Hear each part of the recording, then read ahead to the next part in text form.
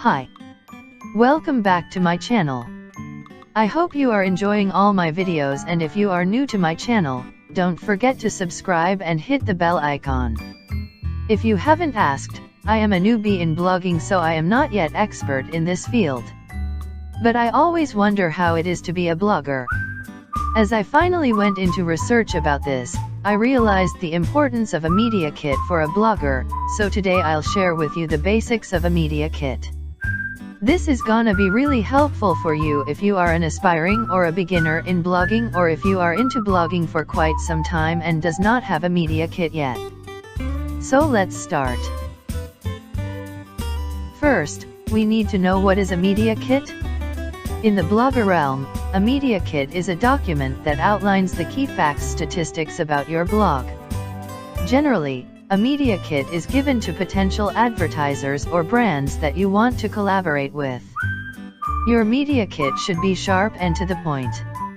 You will tell potential businesses who you are, what you can do for them, and why they'd want to work with you.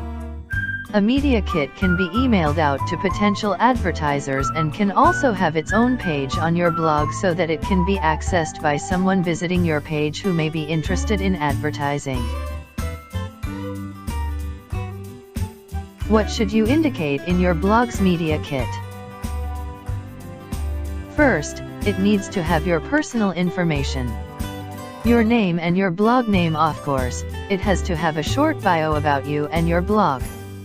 Details to include in your bio are how old your blog is, what kinds of topics you write about, and any information that might appeal to a particular advertiser. Then the URL of your blog or the link so they can visit to check your blog.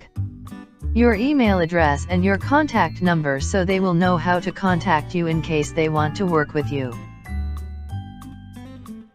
Second, is your social media and or your website statistics.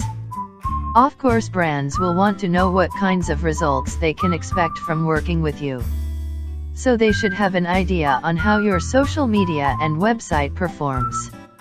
You need to indicate the number of followers of your Facebook page, Facebook community or group, your Instagram, TikTok or YouTube if you have, and any other social media platform you use in blogging. You should also indicate the number of viewers, visitors, or engagement on your pages. Please include proof of them if you have any. Next is the graphics or images. You need to use photos to break the boring text in your media kit. Don't ever forget to put your blog's logo and your photo. I recommend using a professional-looking headshot rather than some selfies taken out somewhere. You can also include previous brand collaborations if you have any. If you haven't done collaboration yet, you could just include some of your best photography from your other posts. This is where you get to list all the fun ways that a brand can collaborate with you. The basic options are sponsored posts, giveaways, sidebar ads, social media promotion, and product reviews. Just include what you're interested in doing.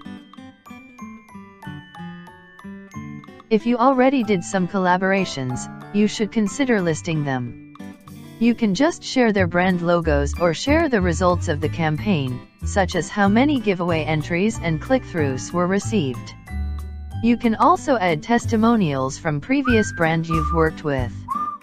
It's a way to show brands that you have experience and will give them an idea of what to expect if they work with you.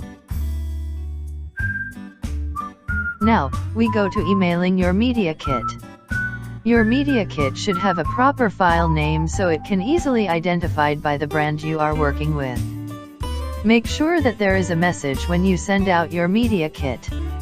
You can just simply introduce your name, write a brief statement on how you can help in growing their business or how your blog is in line with their brand. Here is a sample of a 2-page media kit.